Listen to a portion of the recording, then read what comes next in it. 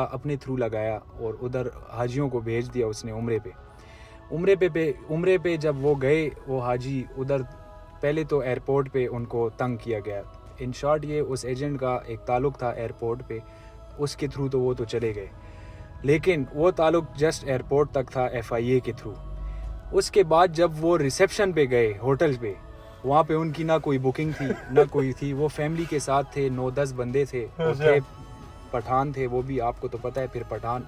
इस बात में वो फिर बहुत ही नाराज़ होते हैं कि उनकी जब फैमिली इस तरह सड़कों पे खड़ी हो विद बैगेज। और अच्छा, पैकेज कितने का लिया? आज पत्थर उठाओगे तो नीचे फ्रॉडिया निकलता है वल्ला। और सिर्फ ये मुझे लगता था, मैं रियल एस्टेट का काम करता हूँ ना, तो मैंने पर्सनली अपने तौर के ऊपर भाईजान मैं आपको बताऊं, इस टाइम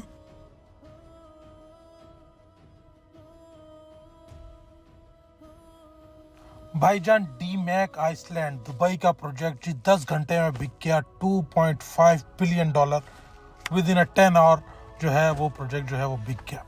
क्या बात है दुबई के अंदर जी, क्या बातें हो रही हैं, क्या मज़े की बातें हो रही हैं। प्रोजेक्ट जो है ऐसे बिक गया। पता है क्यों बिका है?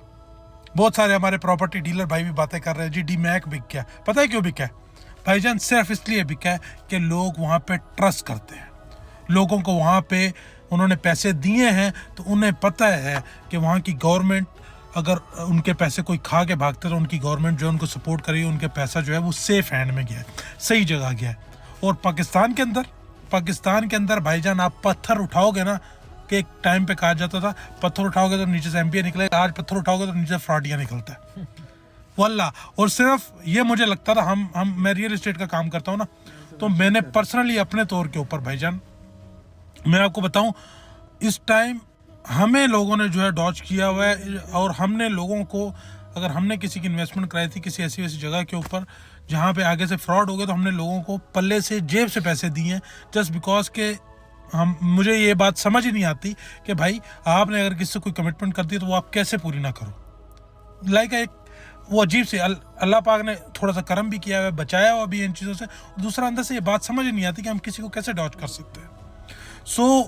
लेकिन आपको ये बताता चलूँ, राइट नाउ मार्केट की जो सूरत हाल है वो ये है कि 95% क्या 98%, आप 2% लोग फिर बचा लें, 98% लोग जो है वो फ्रॉडी हैं। फ्रॉडिया क्या कहूँगा मैं आपको, कहानी सुनाई गई जी आपको ये मिलेगा, आपको दिखाया गया जी आपको मिलेगा ये टिश्यू का डब्बा, आपको जो है 100 टिश्यू मिलेंगे, आपको पकड़ा दिए 10 टिश्यू और डब्बा भी नहीं दिया और पैसे आपसे जो है।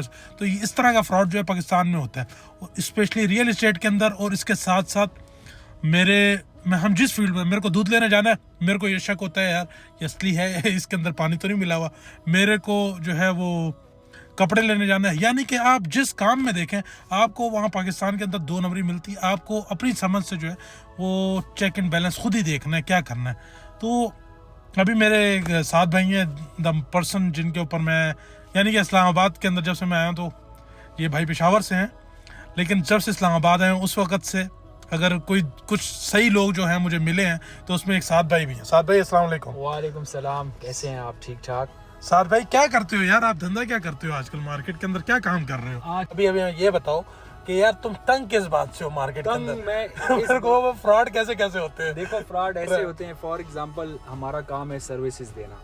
अब ऐसे लोग हैं कि सर्विसेज के नाम पे वो पैसे आपसे पहले लेते हैं, लेकिन उनके हाथ में मतलब कुछ भी नहीं होता। वो आगे 3rd-4th पर्सन से वो काम करते हैं, और जो 3rd-4th पर्सन होता है वो एतबार के लायक ही नहीं होता, वो उससे पैसे भगा के चला जाता है। हमारी एक रेपुटेशन होती है जो कि 5 साल में हमने जो एक इज़्ज़त कमाई होती है वो विद इन सेकेंड, उसकी वजह से वो जो 3rd-4th पर्सन है या जो भी है XYZ, उसकी वजह से वो काम हमारा बिल्कुल, मतलब वो बंदा हम पे फिर ट्रस्ट ही नहीं करता।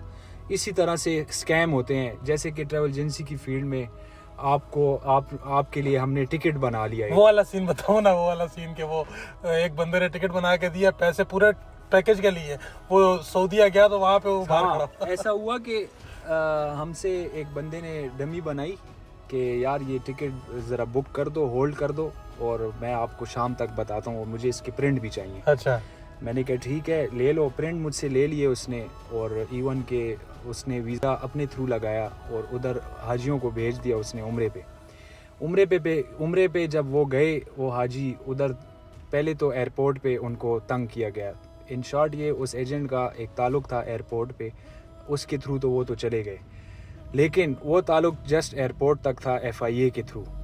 उसके बाद जब वो रिसेप्शन पे गए होटल पे, वहाँ पे उनकी ना कोई बुकिंग थी ना कोई थी, वो फैमिली के साथ थे, 9-10 बंदे थे, वो थे पठान थे, वो भी आपको तो पता है फिर पठान। इस बात में वो फिर बहुत ही नाराज़ होते हैं कि उनकी जब फैमिली इस तरह सड़कों पे खड़ी हो विद बैगेज। और अच्छा, पैकेज कितने का लिया था पूरा? पैकेज उन्होंने लिया था तकरीबन मुझे नहीं पता इस बारे में, लेकिन उनसे जब मैंने मालूमात की थी तो 2,55,000 का पैकेज उन्होंने लिया था। उसकी पैकेज की वर्थ जो थी 180 थी उस वक्त, ठीक है। तो उसके बाद क्या हुआ कि वो वहाँ पे तो उन्होंने अपना फिर बंदोबस्त कर दिया, लेकिन जब वापस आए यहाँ पे, पहले मेरे ऑफिस आए, उन्होंने इतने मतलब शोर शराबे किए, क्योंकि वो जो डमी बनाई थी उस पर वो मेरी एजेंसी का नाम था। उसके अलावा जो है फिर वो जरगे हुए, फिर बहुत मतलब आपको पता है इनका फिर एक सिस्टम था। फिर उसके बाद वल्लाह आलम के क्या हो, ये तो एक बहुत छोटी कहानी है, इस तरह बड़ी कहानी है, बड़ी कहानी है। हम हर किसी पे ट्रस्ट नहीं कर सकते, जो साफ बात है। आप मार्केट में पिछले 5 साल से बैठे हुए हो, बिल्कुल, लेकिन आपका जो है वो अपने सराउंडिंग के लोगों पे ट्रस्ट नहीं है। सराउंडिंग के लोगों पे ट्रस्ट नहीं है। एक बंदा आता है हमें कहता है कि हम आपको पैसे पहले तब देंगे जब आप हमारा काम कर दो। अच्छा, उस बंदे के लिए भी जब हम काम करते हैं वो पैसे नहीं देता, वो खुद भाग जाता है। अब हम करें तो क्या करें? पाकिस्तान में बिजनेस ना करने की सबसे बड़ी वजह भी यही है कि यहाँ पे लोग ही ठीक नहीं है, इनके मामलात ही ठीक नहीं है, लेन देन ही ठीक नहीं है, तो आप कैसे बिजनेस करेंगे? आपके पास एक बंदा, ऐसा भी वक्त आएगा एक बंदे के पास हाथ में पैसे पकड़े हुए होंगे और वो एक एक की मिन्नतें करेगा कि भाई मुझसे ले लो पैसे, लेकिन काम करने वाले नहीं है, उन पैसों की वर्थ ही नहीं होगी उसके पास। हाथ में पैसे पकड़ के वो फिर रहा होगा एतबारी बंदे के पीछे, लेकिन एतबारी बंदा उनको नहीं मिलेगा जो ट्रस्ट वाला। ऐसा ही है। तो अब वो बात करते चले ना, अब भाई ट्रैवल एजेंसी का काम करते हैं, ट्रैवल के अंदर लाइक लोग इधर हाजियों को नहीं छोड़ते भाईजान।